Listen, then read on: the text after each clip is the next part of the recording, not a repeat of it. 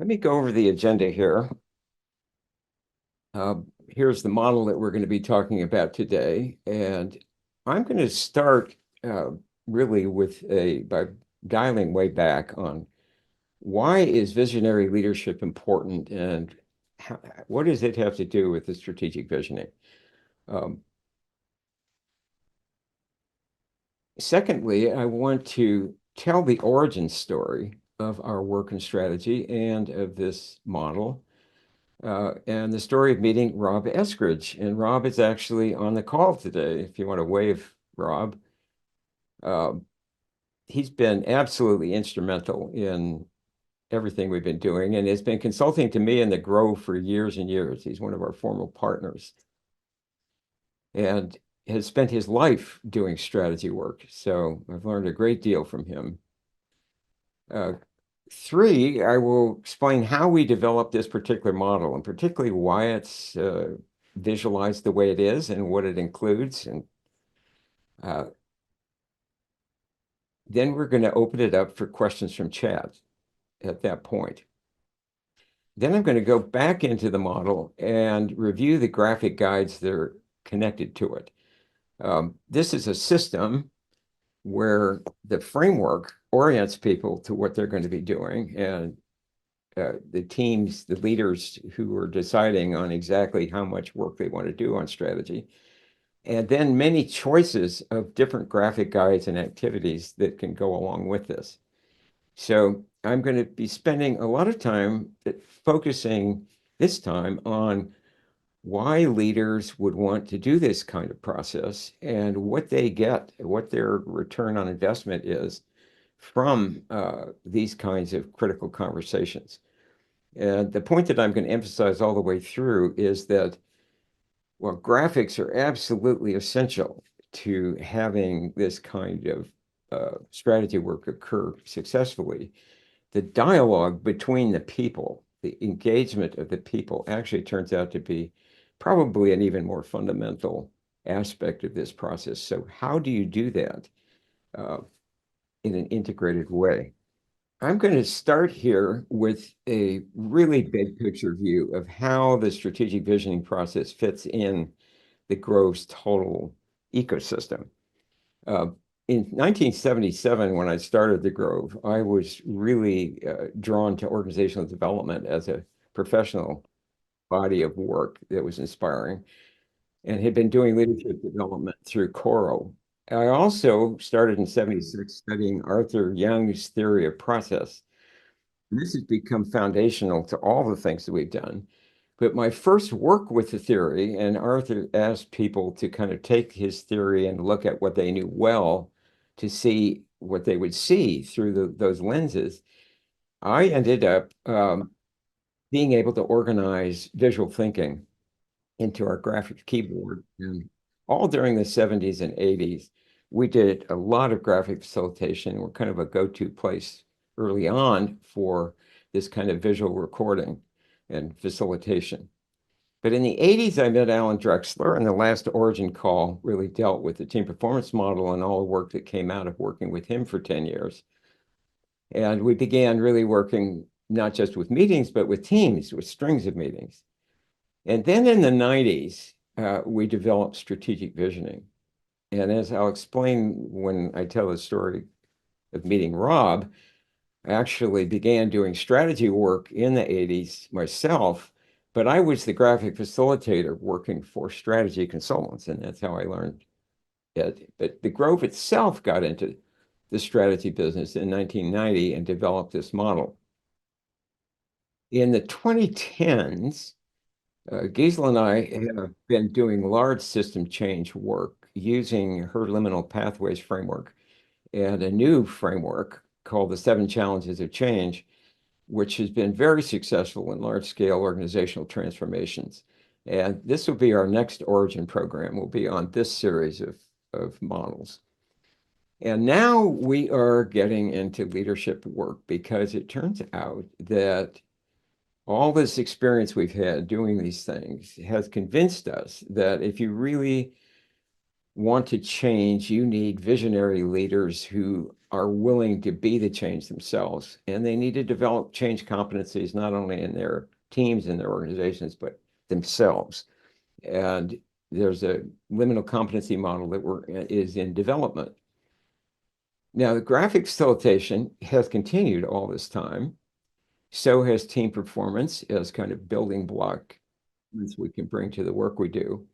But strategic visioning has really become a doorway into larger scale organizational transformation work and leadership development, but it also continues to play a role in team development in that it's the orientation that you get from having a North Star vision that really helps teams know what they're doing.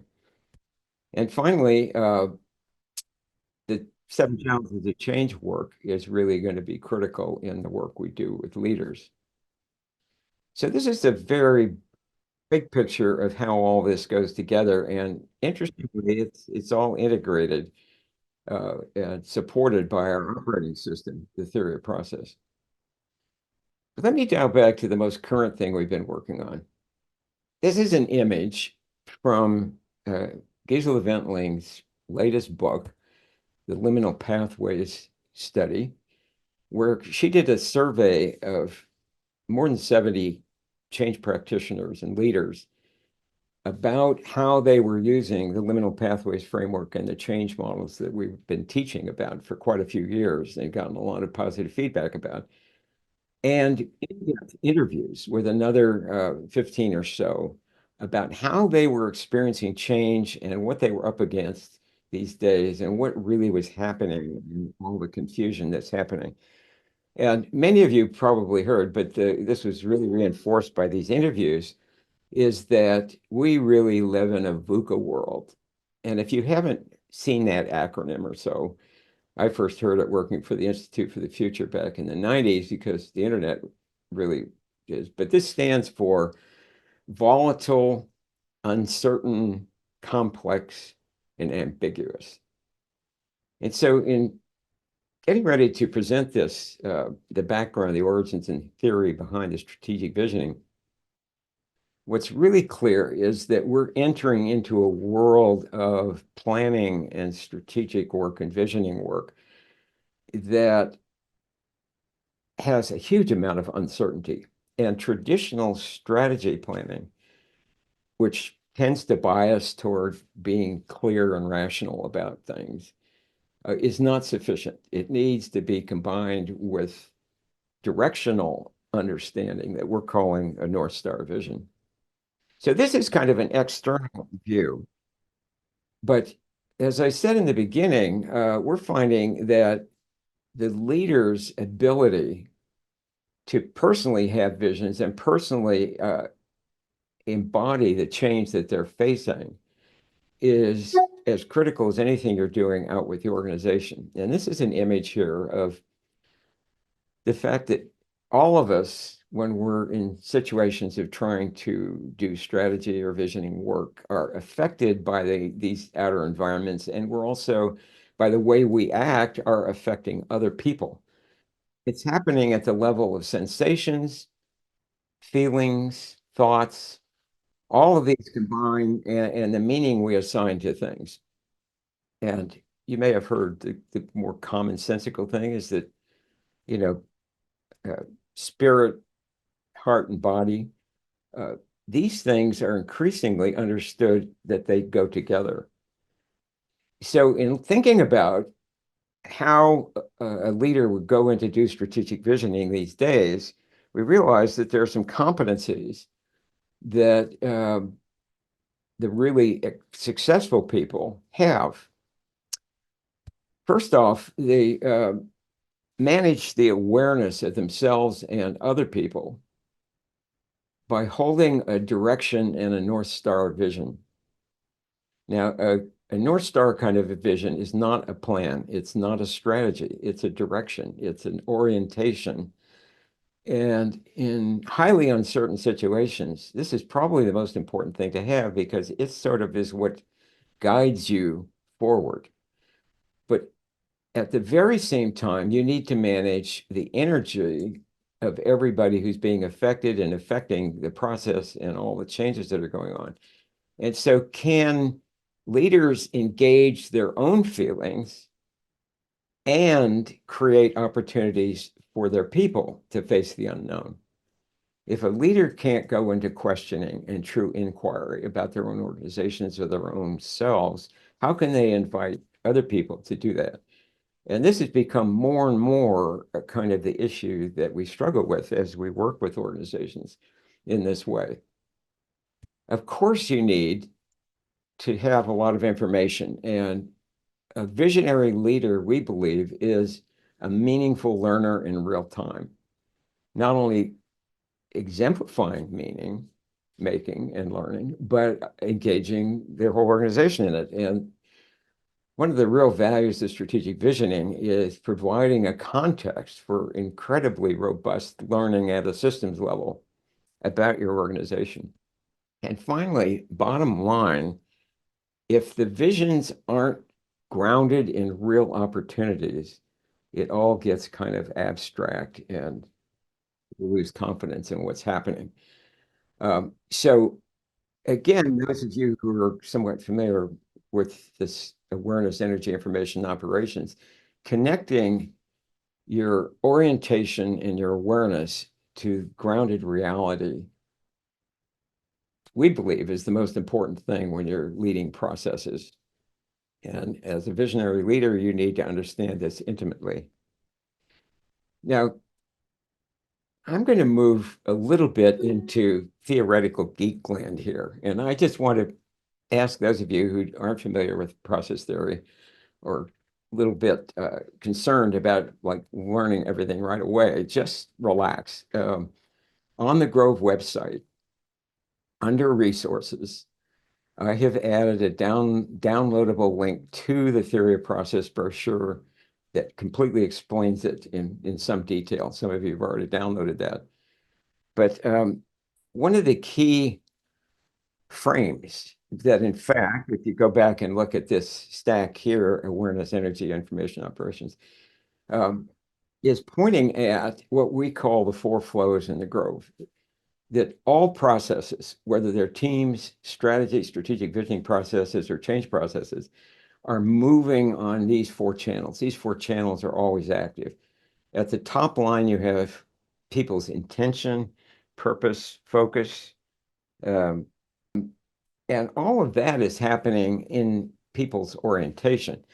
Energetically, however, everything is being affected and affecting the whole time. There's a lot, the movement, the pace, um, just the whole feeling of what you're doing in a process like a strategy process has as much to do with it as the information itself. And this is why the leadership role is so important. If the leaders are not completely involved, if they aren't willing to pace the process in a way that everybody sees, yeah, this is really important, it just doesn't have the traction that it does otherwise. Of course, you have information, all the content, the text, the graphics, the material, the designs, the models, all that is very important. Finally, operations, the bottom line. It needs to make sense with the technology and the infrastructure. And part of what's going on is that all four of these channels are being highly disrupted these days in terms of the traditional patterns that we're used to. We're facing AI at the operational level and the information level. Social media and the amount of information available is incredible. It's just trying to keep track of the channels is amazing. And energetically, it is a lot of strong feelings moving around these days. You don't even have to think about politics, just think about climate change and immigration and that. And we have a level of kind of global anxiety, and the pandemic has certainly interjected at that energetic level a lot of problems, particularly with young people now. So now I'm going to jump into even more of the geek part, and I'm just going to take a couple of minutes to orient you because the theory of process has really been our anchor to help us understand how organizational processes work over time, and this is certainly true for strategic visioning. and was critical in the model. So this is the centerpiece out of the poster, which is available on that downloadable brochure I talked about. And what Arthur did is he was a scientist and a mathematician who was concerned about science having very different ways of analyzing everything. And there is general agreement that there is such a thing as evolution, that, plants are more evolved than just plain molecules. Animals are more evolved than plants, and humans are more evolved than animals. But what it means to be evolved is an interesting question that Arthur answered. He also went back and looked at what are the fundamental elements that allow all this to happen. Light becoming a force in electrons and protons, and that those then make up atoms, and the atoms then make up molecules.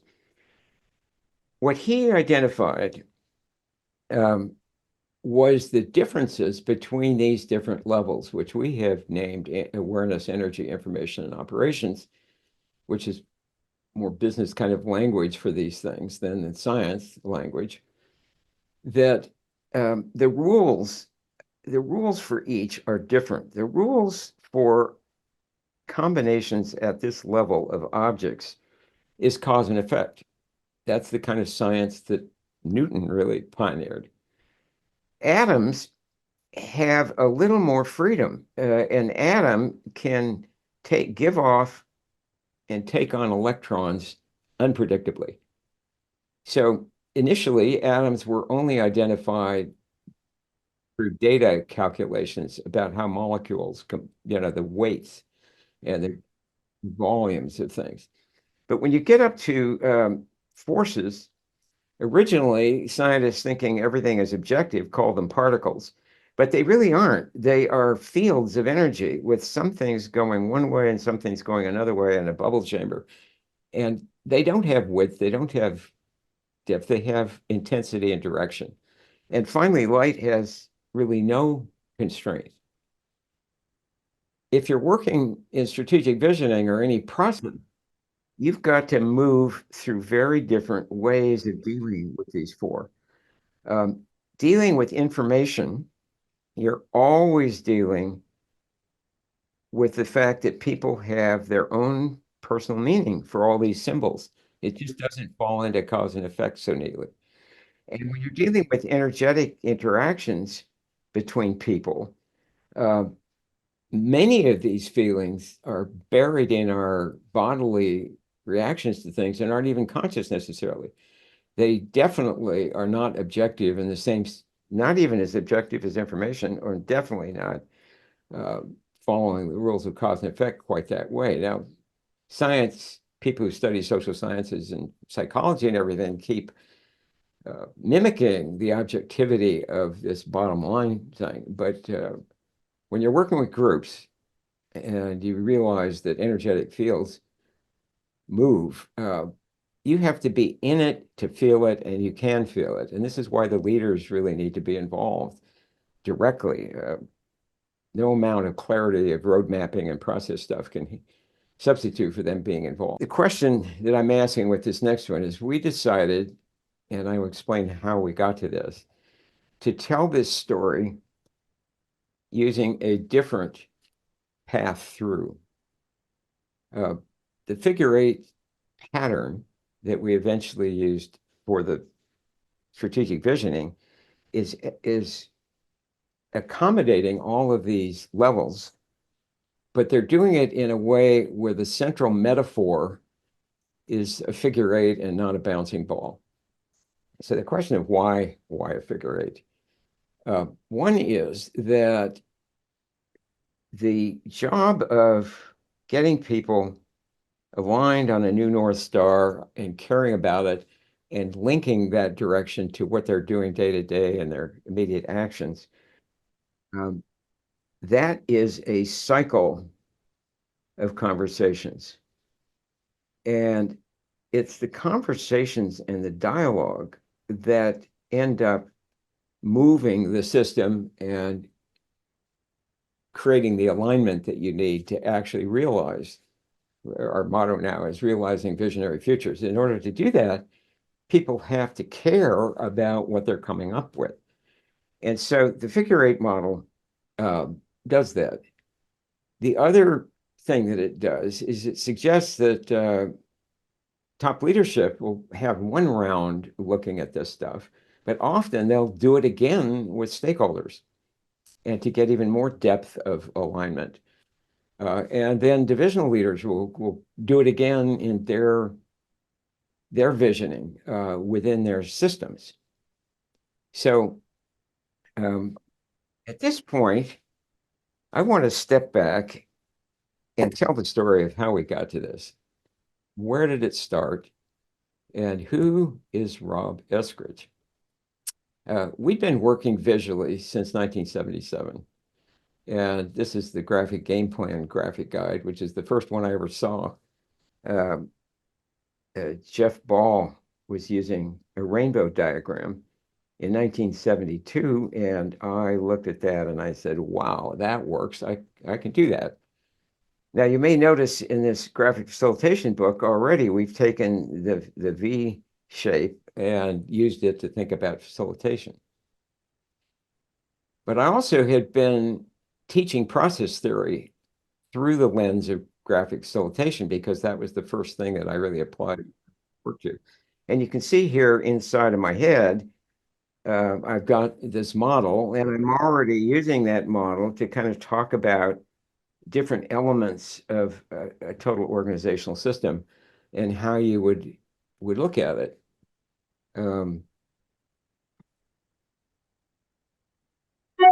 Rob Eskridge came to this 1980s workshop.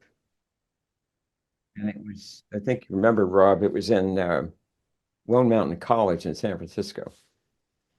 And Rob had been working for his father's marketing strategy firm. His dad came out of Ralston Purina and had worked in marketing his whole life. Rob worked at Procter & Gamble. Before working for his dad, he was just steeped in how you do really good business planning and marketing strategy. But his dad was quite convinced that marketing strategy can't be done if the organization doesn't have a strong strategy. So he actually asked Rob to go out and find the latest in strategic planning.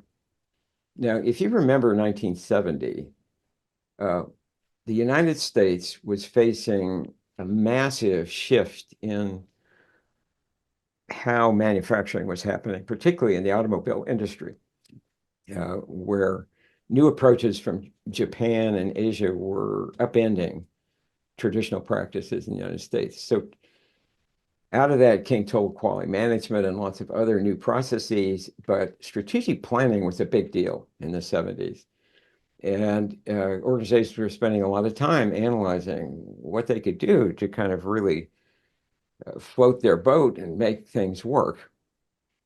Now, Rob came to this workshop, and what happened next was almost a miracle, Rob. I mean, I look back in preparing this presentation, and I can't really express enough gratitude for what you have given to me and the Grove and to the world, being so thoughtful about all this. But he came in with a binder to my studio in San Francisco, and he says, you know what? Process theory gave me the key to organizing strategic thinking.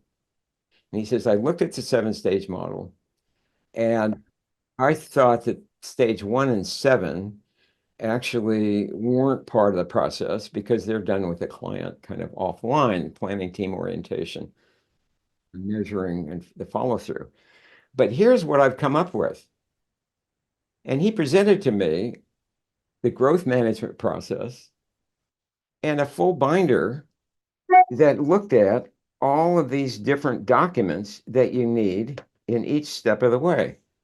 It was like a complete course in how to think about strategy.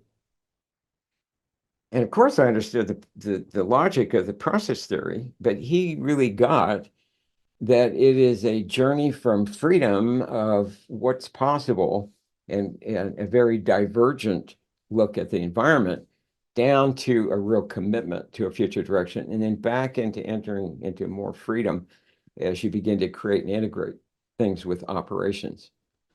Now, he did another thing that was very sensitive in process, which is he chose language for each of these that really was a flag on how people in the group ought to behave in order to do that piece. And so he was really training people the difference between describing and concluding. Describing is sharing what you think without judgment. Concluding is arguing a little bit and coming to some certainty about it. And those two are very different than committing, where you've got time, money, and resources behind the idea. Creating is yet another, and you're freeing yourself up more. And integrating, the time-consuming intricacy, getting it all go, but it really is where you re-engage with culture. It's more than just technical operations. It's also the way the culture works. Well, I was blown away by this. So I joined Rob and his father in a network, a growth management network that were senior consultants who all do strategy, and they were all using this framework. And all during the 80s, I was doing different strategy work where I was the graphic facilitator working for the strategy consultant. And so Rob would run the client, that kind of thing. I would help facilitate the meeting. And it was in this context that we developed the first graphic guides. So one of the things you do in describing the environment is you do an environmental scan, and we developed a context map as a graphic way of doing that. And the context map is simply a big sheet with a lot of different areas that you look at. And, you may think, all right, I'm describing energy as level 2 here, that describe and integrate are kind of at level 2 if you're thinking about process theory. The word describe implies maybe that's about information. But what Rob pointed out is that when you do a context map, everybody gets to have a say. Everybody has a perspective on what's relevant there. And the leaders themselves get to shape the conversation by deciding what categories are most relevant to look at. And so having to step up and decide what's relevant early on really addresses the kind of the embodied values people have. And he says a lot of, in the 70s, a lot of executives wouldn't say that they wanted to do team building in their offsites. But he said this context mapping is the best team building you can do with executives. The next thing we developed was the spot matrix. And Rob really didn't like the metaphorical connotation of SWOT, SWOT, which is a framework that really drove a lot of strategy in the early days. People would look at strengths and problems, opportunities and threats. And that was where you began to converge and get a disagreement. Rob pointed out also that just like a sports team needs to scrimmage before the big game, or you need to rehearse a presentation before doing the final one, concluding activity prepares people for the committing step. You just can't go straight to commitment. You go through this workout in a way. We also then, used the graphic game plan to create action plans. So these were the 3 that we used the most when we were doing the growth management process. Now, at the risk of confusing things a little bit by introducing so many models, I do want to take a nod in the direction of Rob's current work, because he is passionate about working with small organizations, middle-sized companies and nonprofits that don't necessarily have planning staffs. And he says there needs to be a lot less emphasis on documents and more on dialogue. And he has created something called the River Journey, which again, you can see has the very same set of steps down here that was in the other depiction, but it uses these more lively cartoons to kind of engage people in thinking about it more impressionistically and not quite so transactionally. And it's also simplified with the use of templates and workbooks that it can be done in 2 days. And we really get an idea. He also um, then ends up in having a company-wide strategic plan. So thank you, Rob. This has been wonderful. We're still working with him, and we will, in the thing that we send out, make sure you know how to link up with him. Uh, That's a fair recap. Thank you. And what a delight, and I've learned so much from you in the Grove along the way as well. So oh, take us on to strategic visioning. thank you, Rob. So just a couple more minutes, and then we'll go and ask some questions. If you remember, if any of you were around in the 90s was unbelievable with the onset of the internet and organizational reengineering. And globalization was exploding. Supply chains were transforming. It was really amazing. And we started thinking about how do you have a model to get people to think about it by gotten very accustomed to thinking of the meeting room, and we were mostly meeting in meeting rooms those days. We didn't yet have Zoom and all that. That it itself was an information theater for your leadership and your management groups, and they needed to uh, look at things in panorama in order to get to a systems level view. And that the two parts that really needed to be integrated was hindsight through traditional strategy work, but much more foresight through active imagining. And visioning wasn't really a part of what we did in the growth management process. It was much more derivative traditional strategy. But people needed to have North Star visions during the whole in the 90s in the internet, because many of these businesses had no patterns yet that you could analyze. You really were learning your way into a brand new vision of what was possible. But managers, and I did learn this from Rob inside and out, managers start right here in the middle, present. And when you're prepared, again, the four flows is kind of behind this. If you realize operationally in a room like this, the platforms that you use technically and literally play a role, and the awareness is sort of the top line kind of thing. And the charts and the dialogue really provide the in-between part that you're managing carefully. That you start, we thought, by preparing people starting in the present. And the preparation that really worked all during the time I worked with Rob was to realize that managers will pay for and leaders will engage in a strategic visioning process in direct relationship to how much alignment they need around upcoming decisions. So there's a wide range of kind of challenges organizations face. Some of them are operational, but some of the challenges are directional, where what they decide is the North Star and what they're really heading toward, uh, you need to have everybody on board the same direction.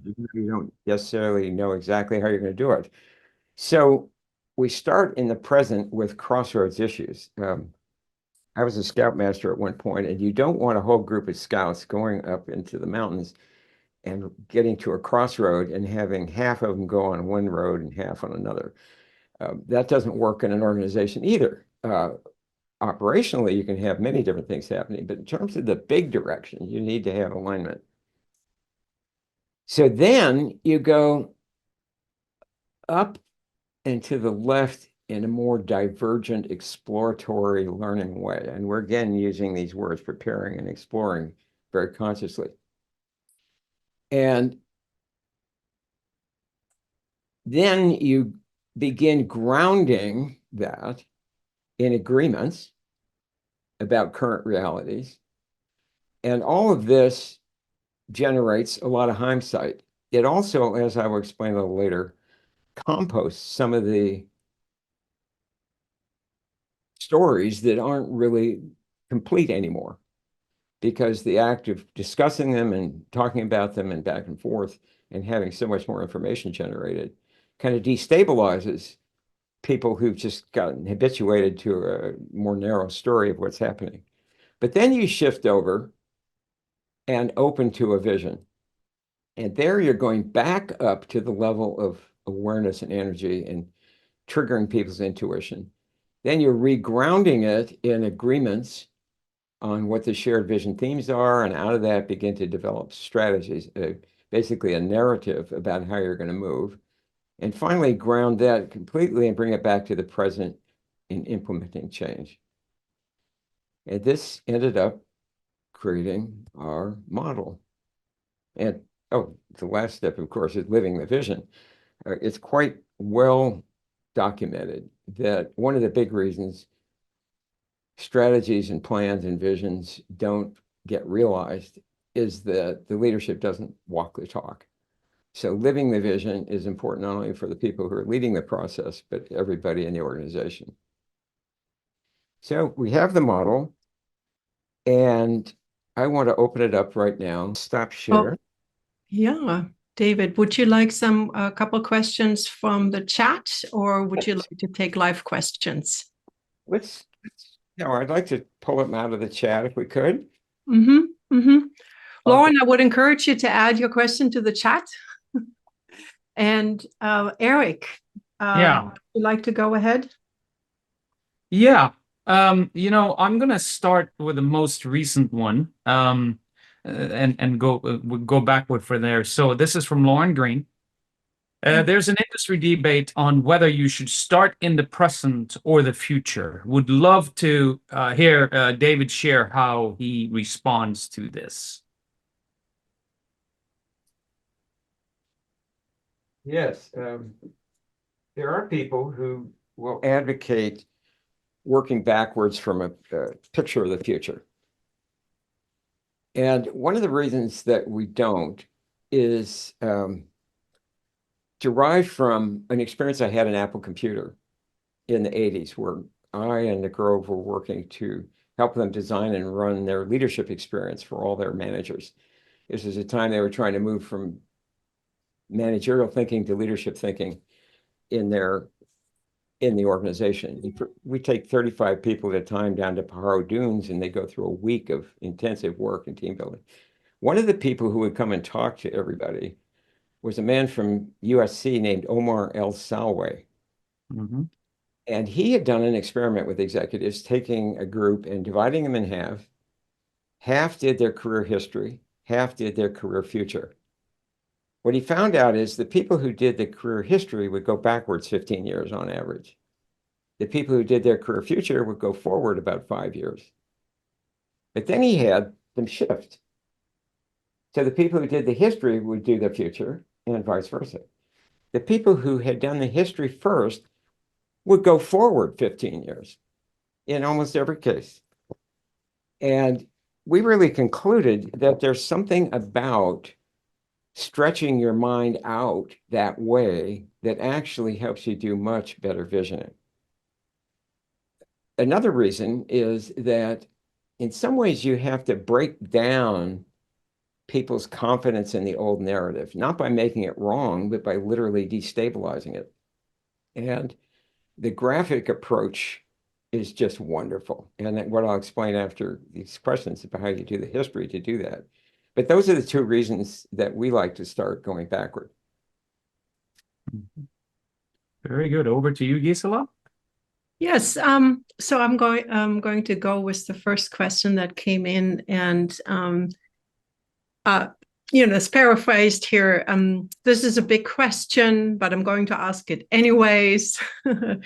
I work with lawyers, doctors, law enforcement, engineers, and similar groups. I'm curious how these sort of frameworks and diagrams land with them, and how you manage any visceral reactions they might receive in response.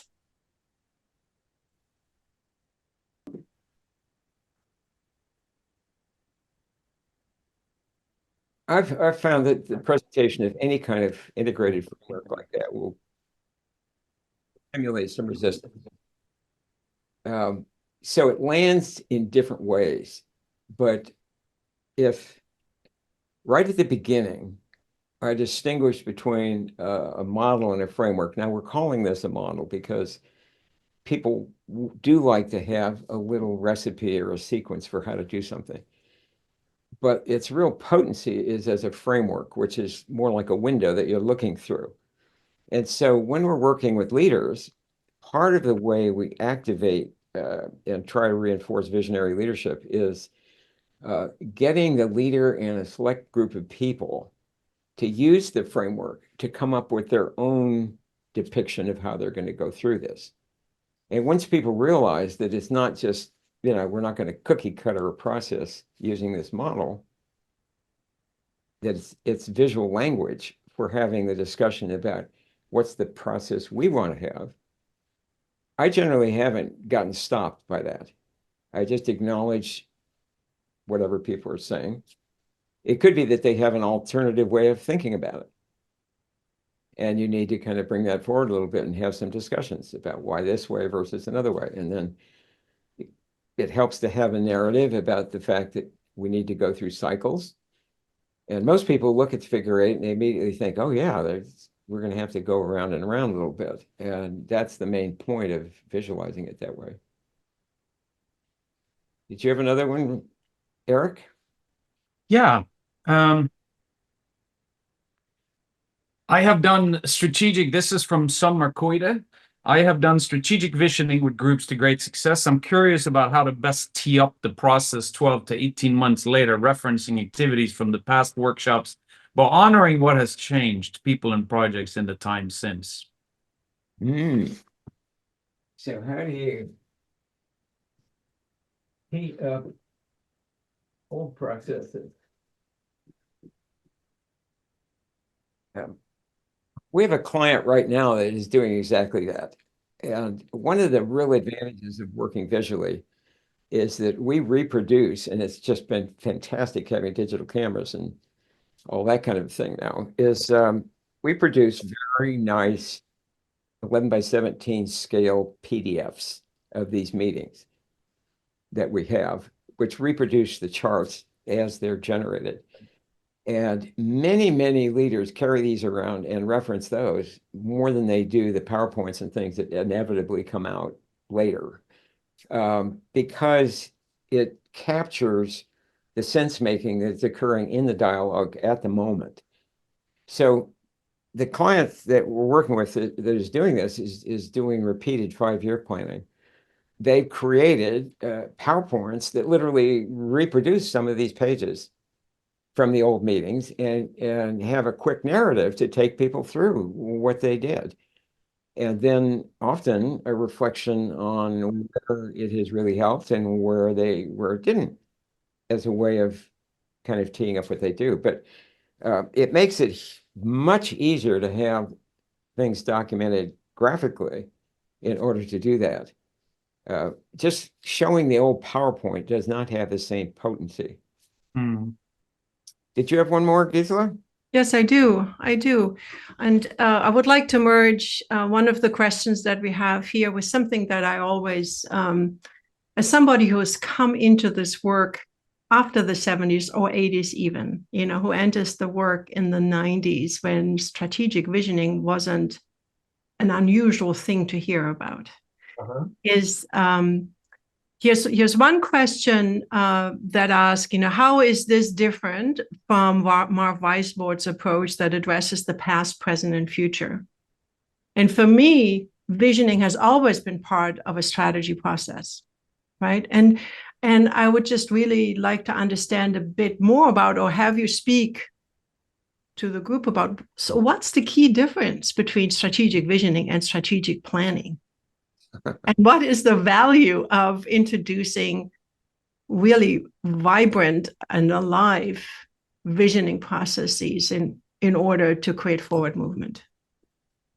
Well, there are two parts of that question. One is about common ground and Marv Weisbord.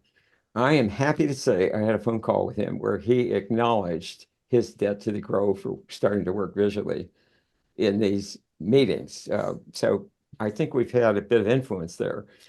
But the difference between, again, I think I benefit from having been interested in poetry all my life and language. The difference between words as the tip of the whole iceberg of meaning. When people say plan and planning, it implies that you can lay out a path that's pretty clear forward. And there's sort of a default interpretation. It's sort of like house building or bridge building or something that's somewhat at that earth level, really objective, and you can get there. So strategic planning, the critique of strategic planning that I've read, Henry Mintzberg has written Mintzberg on Management. I see you're nodding, Eric. He has a huge critique of strategic planning. And part of it is that it doesn't emphasize strategy forming. And in that book, he has a wonderful second chapter watching his wife, who was a potter, and how she knows everything about potting, but she goes into her studio, throws the clay on the wheel, and starts shaping it, and the clay starts talking to her. And he used the word shaping for that. So he says it's about strategic shaping. So the word visioning doesn't have that implication of a neat plan like you're going to build a bridge. It's really pointing to the imagination of people. And for a while in the early 2000s, we weren't sure that those two words really were still exciting. They definitely were in the 90s. So there was kind of a period where it wasn't quite so popular. But as things have gotten much more confusing, like during the pandemic, Gisela, you and I did the visionary leadership workshops online. We got even more convinced that this North Star idea, the idea of having a direction and marrying it with comfort, with uncertainty, and being able to learn your way into that direction was what it's all about. So the word planning does not evoke all of that. Thanks. Thank you, David. Okay. Well, let me go back to the presentation and let's share the screen again, the PowerPoint. And we'll go back to questions again, but I want to dive into how you actually operationalize this model. And again, I don't want to treat this is not a training. This is really trying to make the point of why it's critical, if you want to be a visionary leader, to have these kinds of conversations and have this kind of a process available to you. So in practice, this is what strategic visioning sort of looks like. I mean, the question I just answered is about this combining traditional strategy with visionary dialogue. This is what a room might look like, a face-to-face room. And you can mimic that a little bit in your online, if you're doing it online. But these tools are what all go together to make up the system. First, the models themselves. And we'll often introduce the four flows model along with the strategic visioning model so that people have that as language for talking about what they're going to do. And we'll usually engage the leaders and their core people in customizing a process using these two models. Then what they have is wall-size graphic guides. And I'm going to be describing the core 6 that we use, tried and true, but there are actually 19 of these. And there's a downloadable process overview also online in the Grove under resources that will walk you through the entire process and all the options you have across all 19 of these guides. Now, we've also have worksheets that people can use. So you have that as an option and digital versions for online work. And then it all often results in vision maps. Well, you could look at this picture and think, my gosh, we're going to be just saturated with information and thinking. And it can bias to thinking if you're not really aware of the four flows and working them. And as a leader, take advantage of each of the conversations. Let's go back and look at this in more depth. The first step is to use a guide like this, which is the ORS chart, and we have this in several variations, which basically is a miniature view of the process saying, first, let's start with where we're headed. And each of the meetings that we run in this process would generate one of these. And the leader would be actively involved in making sure that these agendas for each meeting match their need to engage people in the right way. The next thing is, what's the agenda? And the agenda, using this metaphor, is really the boat that you want everybody to be in. And basically, it's a series of blocks, time blocks, that describe the big steps in that meeting's process. Then there are roles where you have a lot of flexibility, and the roles and the rules in some ways are the oars that allow you to steer down this uncertain river. And the roles end up being really critical to engage the leader themselves a chance to step forward and talk about how they would like to be in this process.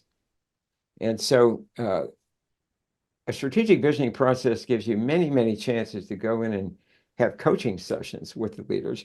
And people have different kinds of challenges that they face. Some people talk too much. Some people are too certain of what they think everybody else ought to do. Some aren't aggressive enough. And so you work to get a role that's comfortable for everybody, and also make sure that the leaders frame and set up you as the consultant or the facilitator in a way that you can do the work. And so generally, you would work out ground rules with that leader about how you're going to handle some of the predictable obstacles that come up. So, one of the common obstacles is somebody dominates too much.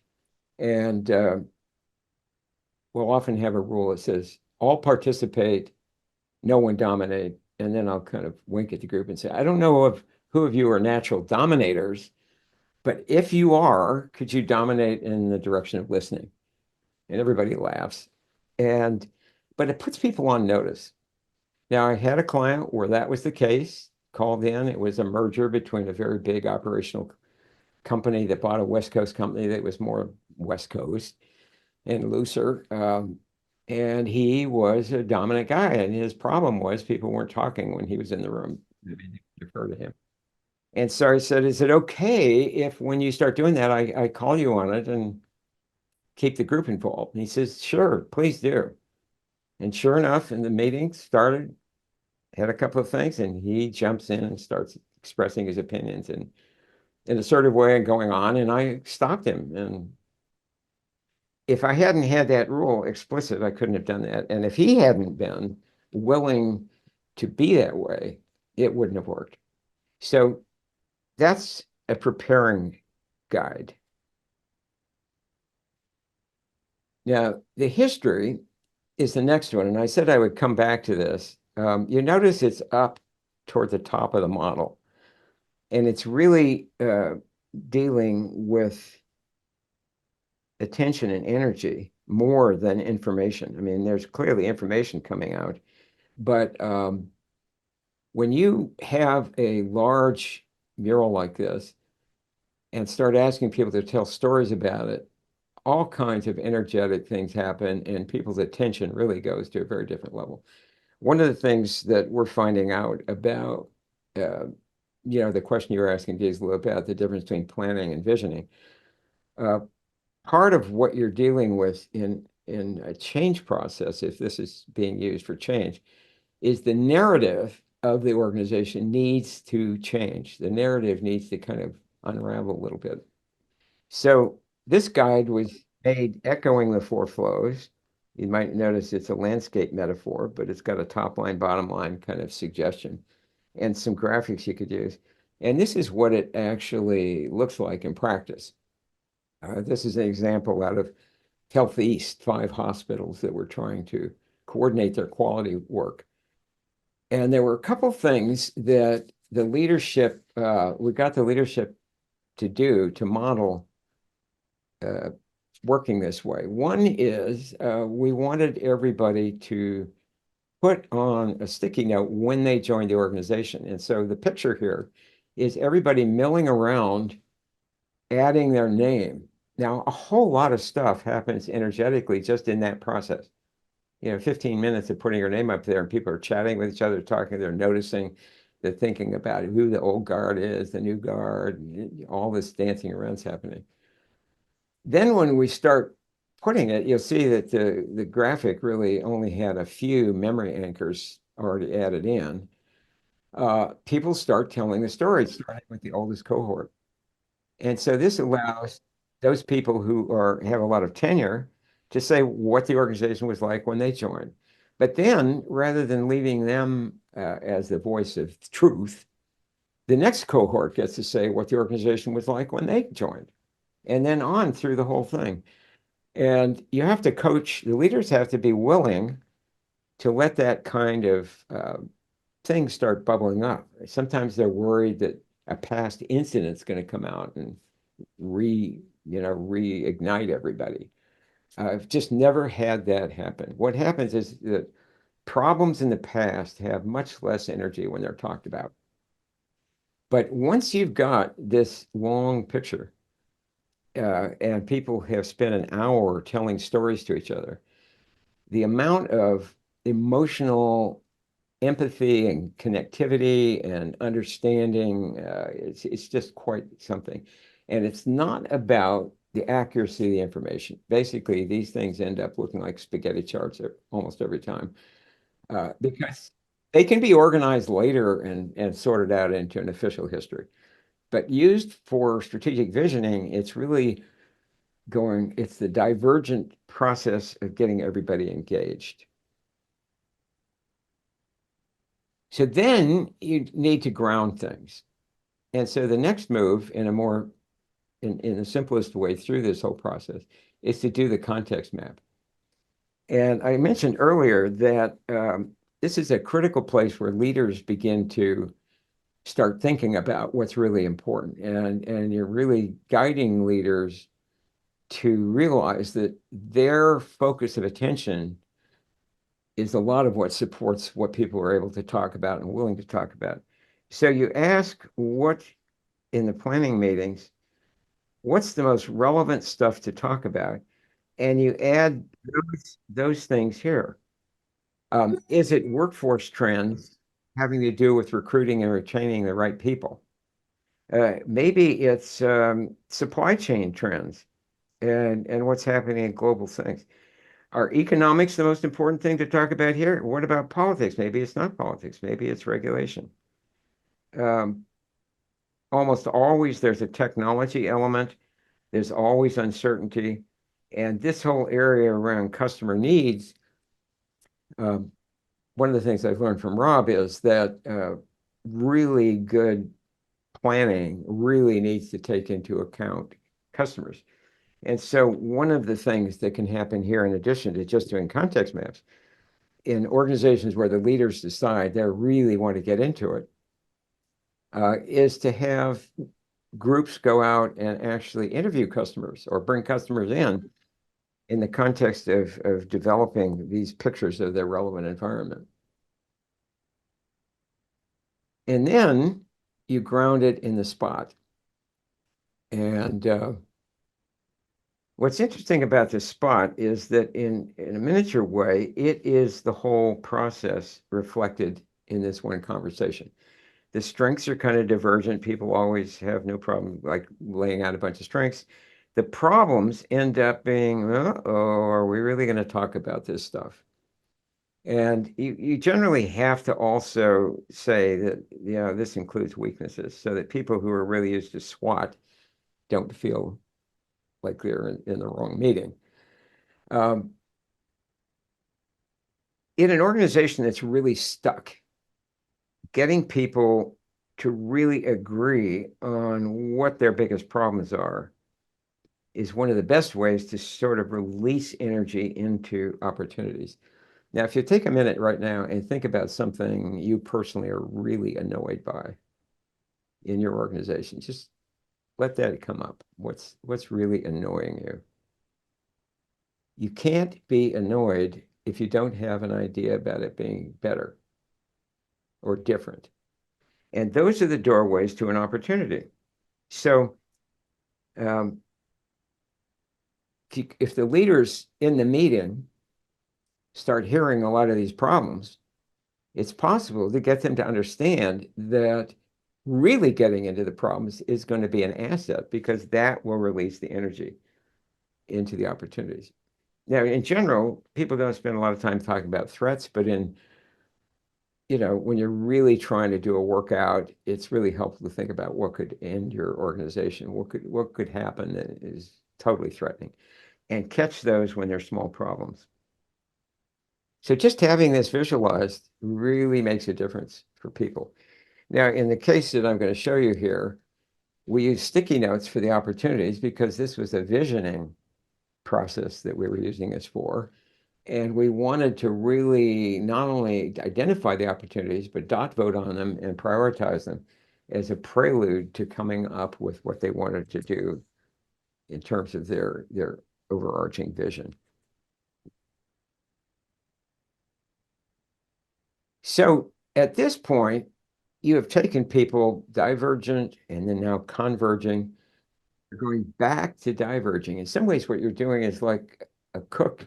You're kneading the bread. You're really creating meaning through going in and going out, going in and going out. And that's one of the reasons this figure 8 thing is a useful way to think about it.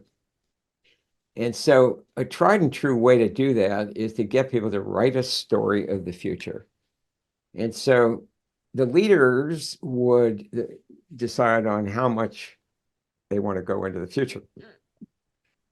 This is a classic activity out of strategic planning, actually.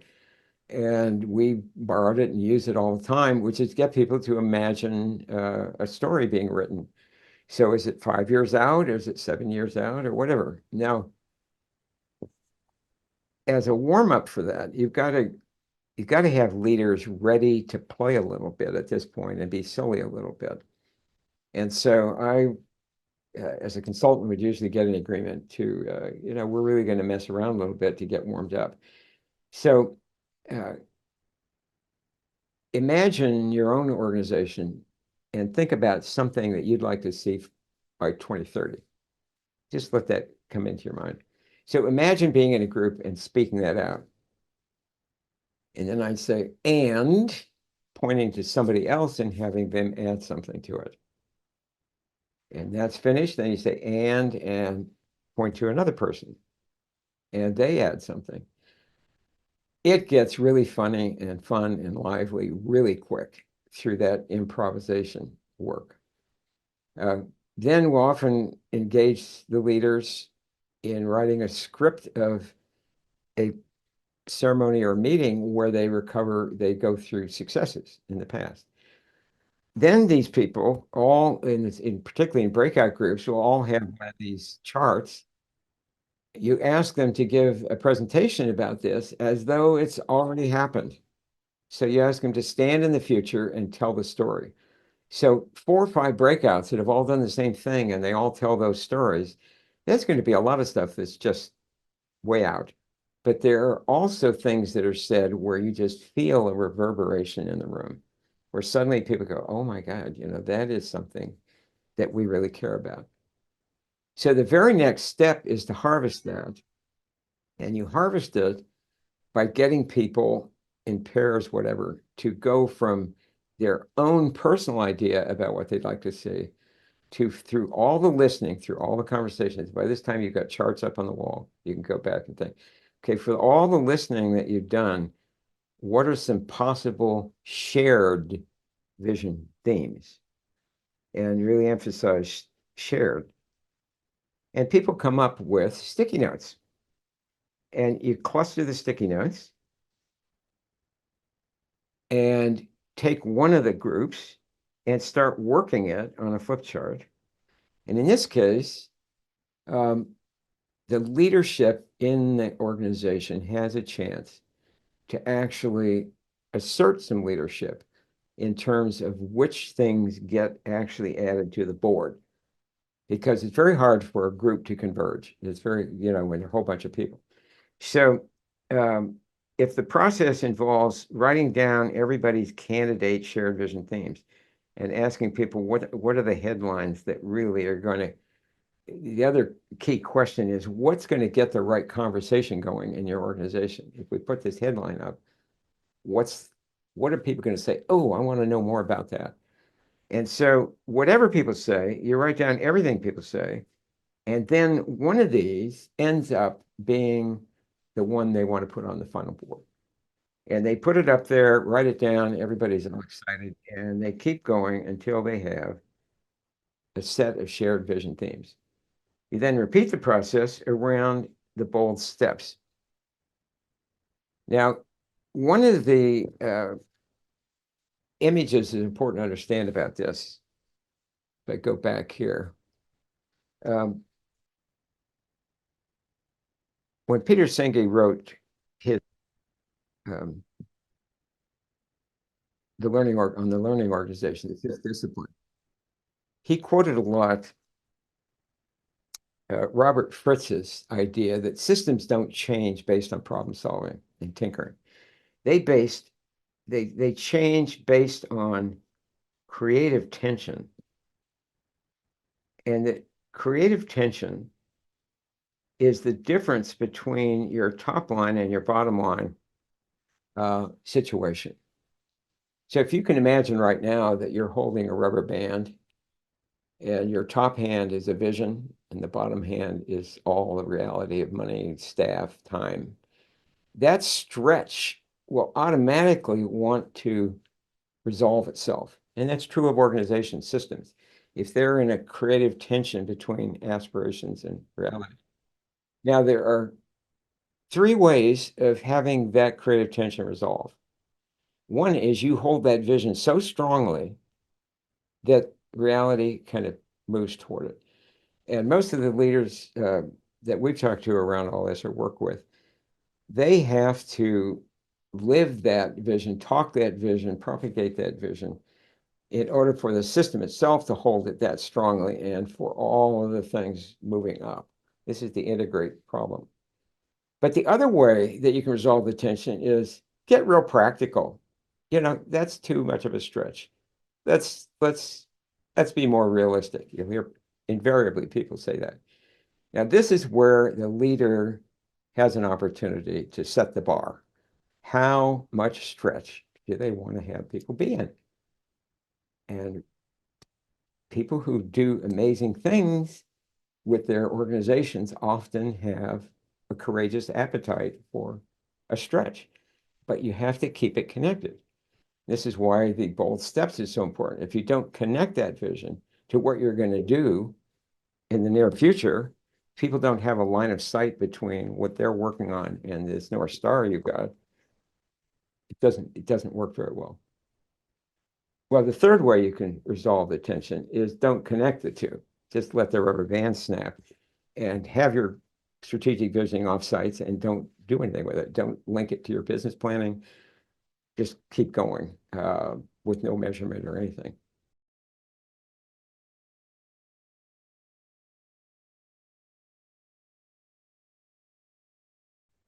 Finally, you want to take all those bold steps and get people to do action plans. And this template is one of the most widely used, goes viral. You start really with setting your target. There's plenty of room on the template for putting vision stuff in here. But a goal, an objective is very different. And each organization will have different words for these central things. But you need to have a timeline up here of maybe this is 2026, just like a year and a half from now. You then have people identify, prioritize, and rank and work out what they're doing. And it helps to use the SMART rule of thumb: specific, measurable, actionable, relevant, and timely. So here again, the leader's role, the visionary leader's role, is very critical. if they don't get, they need to get that a year late from now, they need to be able to go in there and know whether their teams have actually accomplished what they say they were going to do. It's really keeping people grounded in actual opportunities. Now, the second thing you would do is say, what do we have to work with, all the resources? And then you detail out what kinds of things. This is a very good first draft kind of template. There's always room for anybody who has challenges. Skeptics and people who are resistant are as important in their thinking in these processes. Anything you want to make it inclusive. And these often give rise to tasks you need to do. But then, as with a lot of these Grove templates, you're bringing back in a factor that's not a rational information-based factor. It's really what has to happen that's as fundamental as wheels in a car. What kind of values, what kind of behavior, what kind of agreements do we have that aren't tasks that you check off, but are things that stay there? And that conversation takes people back to a sense of wholeness. That is the model and the 6 basic, actually 7 basic graphic guides. And as Joran's going to tell you a little bit, this is what we cover in our strategic visioning trainings. Living the vision is helped immensely by summarizing all of this. And this is the vision we did for Cal Poly Pomona when Eric Rowland was the dean of the business school. And you want to say a few things about what impact this had? Summarizing it. You may notice Yes, thank you, has David. drivers up here from the environmental scan. It has the strengths from the spot. It has all of the initiatives from the game planning, the vision itself, and the metaphor. So, Eric. Yeah, it did capture really very well the information from those exercises, right? Building up, going through this cycle. And it had an incredible impact on the organization in several ways. I mean, this is a public university, dependent on public funding and on philanthropy. And as a result of this, we generated probably around $25 million in philanthropic gifts because people actually understood what we were trying to do. We were trying to serve a market, meet student needs. We were trying to meet organizational needs, and they could see it. And in terms of the vision elements in the middle, there are 5 elements in the top, underneath where it says Vision 2025. They could also track it on an annual basis based on what we said. Now, this translates into, for those of you in the strategy discussion earlier, this translates into a very specific strategic plan, but this is the communication tool. This is the tool that unifies all the internal stakeholders and many of the external stakeholders and brings it all together.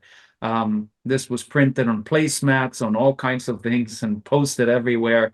And it was truly co-created. Literally, everybody had a hand in the organization in getting this there. So they knew it, they recognized it, they recognized their own words. And you never had to talk about direction anymore. It was known and settled a lot of issues. Whatever the organization did was guided by this map. And it was just full of positive implications, I would say. Thank you so much, Eric.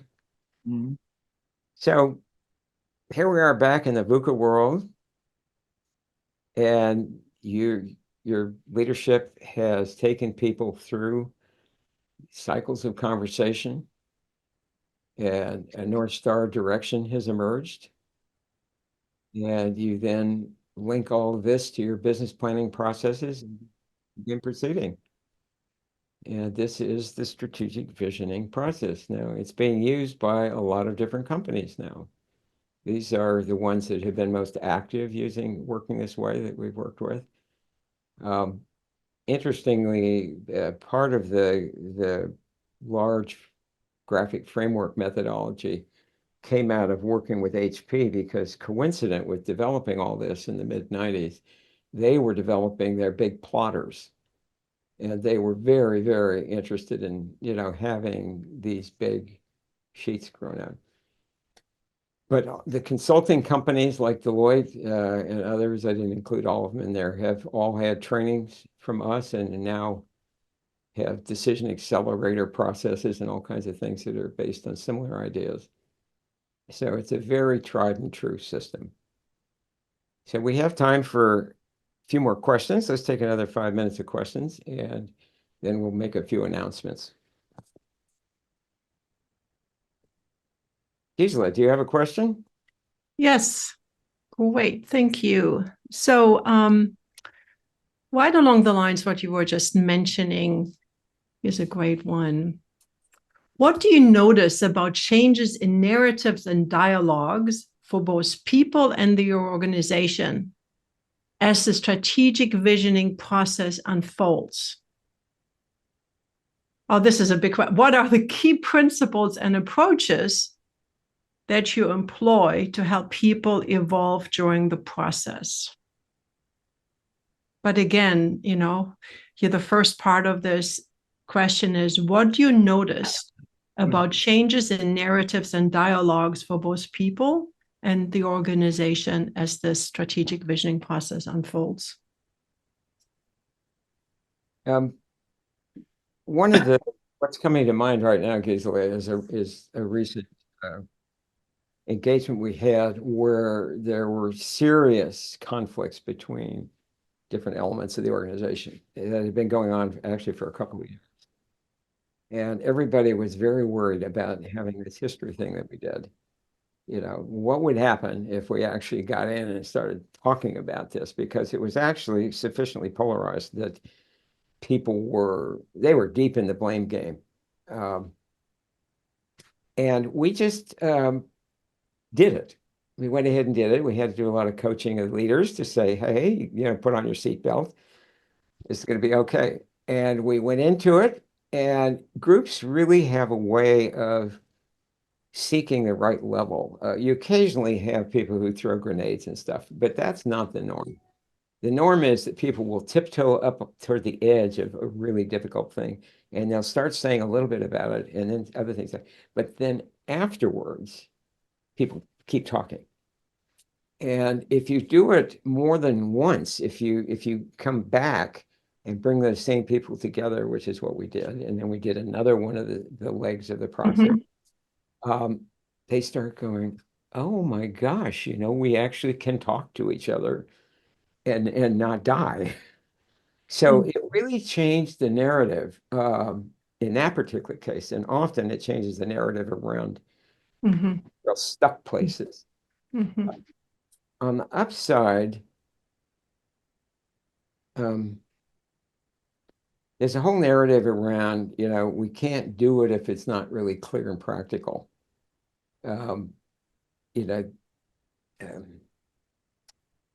People who have a lot of tenure in an organization often, we've done it before, we can't do it again. Okay, this never worked, et cetera, et cetera. That narrative starts to change when people actually begin hearing each other's visions. And I remember one client who was trying to do a partnership between a big company and one of their providers where they co-developed a very, very popular project. And they wanted to strengthen the partnership. And they said, we only have 3 hours to do our vision. So they didn't want to go into a whole process. So the very first thing I said, okay, well, let's just do some visioning here. It's 5 years from now, your partnership is totally successful. I took them through a slight guided imagery, and then I had them break up into pairs and tell the story to each other as though it really had happened. And so across the divide of the two, they told those stories. Then after 15 minutes, where each of them had told a 4-minute story, to pick another person and do it again. Then pick another person and do it again. Basically, that whole cycle took 45 minutes. We took a break, and the leader of the partnering company came up and he said, I've gotten more out of the last 45 minutes than in the last months of meetings that we've been having. So I love to see leaders who are willing to jump into a process like this as full-on learners, support their people having experiences in creating a new narrative that ends up having excitement occur. And one of the challenges of this online world is you can't see the excitement the same way you can in a room. You can't tell when somebody's voicing of a new direction is really the exactly right thing. So let's take one more question, and then we'll go into it. So it's almost 10:30, David. We have 1 minute left to complete. So Well, why don't you just keep talking about what we're going to do next? oh my gosh. Okay. So upcoming, I don't even have the date in my mind. I think we will send this out following on this. David and I will do an Origins talk about the 7 challenges of change. And this is one of 2 of the growth change models. We will be talking about the Limel Pathways change framework that I developed, and then the 7 challenges of change, which is actually a combination of the theory of process and the Limel Pathways model. And we will be talking about how that framework came into being through you and I working together with a number of clients working on really large change processes. And so really what you and I have developed, David, is looking at what does it take for large systems to engage in a visioning process that sets up the whole organization for change. And that's also how we now, we talk about ourselves as doing the work of supporting leaders to realize visionary futures. And so we're taking this as we process into organizational change spaces and empowering organizations and their employees to align and become ready to act into the new story. So we're very much looking forward to that. And maybe I'll just add this piece, is that one of the first workshops that David and I developed was designing and leading change. And we're going to run it together one more time. David and I will do it in person at a retreat center very close to the San Francisco airport on, it's the 3 days before Halloween. And we hope as many of you will come, because it is a workshop where you will really learn about what it means to lead change internally, or how do we lead change as an external consultant using these frameworks, how to contract for the work, how to design crucible meetings that really support big forward movements, and then a number of other things. So I'm really looking forward to that, David. We will have a follow-up email that has all this information in it and a link, and also we'll be creating a video. And again, I will be answering all the questions that you put into chat. One final thing, I'd like to ask Joran to come on, if he could, and talk a little bit about the visual strategic visioning workshop that we're going to have in September. Joran, you Hey, I sure can. Yeah, thanks, David. Just in the minutes we have left here, I got the dates are September 16th, 17th, 23rd, and 24th. For those of you who are not yet, certified in the strategic visioning process, this is your chance. We've run this workshop with executive teams. We've run it with organizations that, are actively trying to develop a strategic plan. We've done it with groups of civic strategic planners. So there's all kinds of people who benefit from going through the strategic visioning workshop. And as part of it, you get the kit, the full of graphic guides. You get the deck of cards, which is the very first Grove tool that I was ever exposed to 10 years ago. That deck of orange, it's called the Agenda Planning Kit, with all the graphic guides in it and how to use them. And I remember when I had that in my hands, I thought, I can run the world now that I have this deck of orange cards, So you get that as part of the workshop. And yeah, like I said, we'll be doing that. It's 4 days, September 16th, 17th, 23, and 24. We'll be doing it virtually using Mural and Zoom. Highly interactive, really fun. We do a deep dive at each stage in one of the best practices. And then we go in depth at each stage. And I'm excited to meet everybody who's on the call. Yeah. Thanks, It's a David. real benefit because John is really adept at using the online mural kind of platform. And you'll get to see how all of this works in that kind of environment. So thank you for coming today.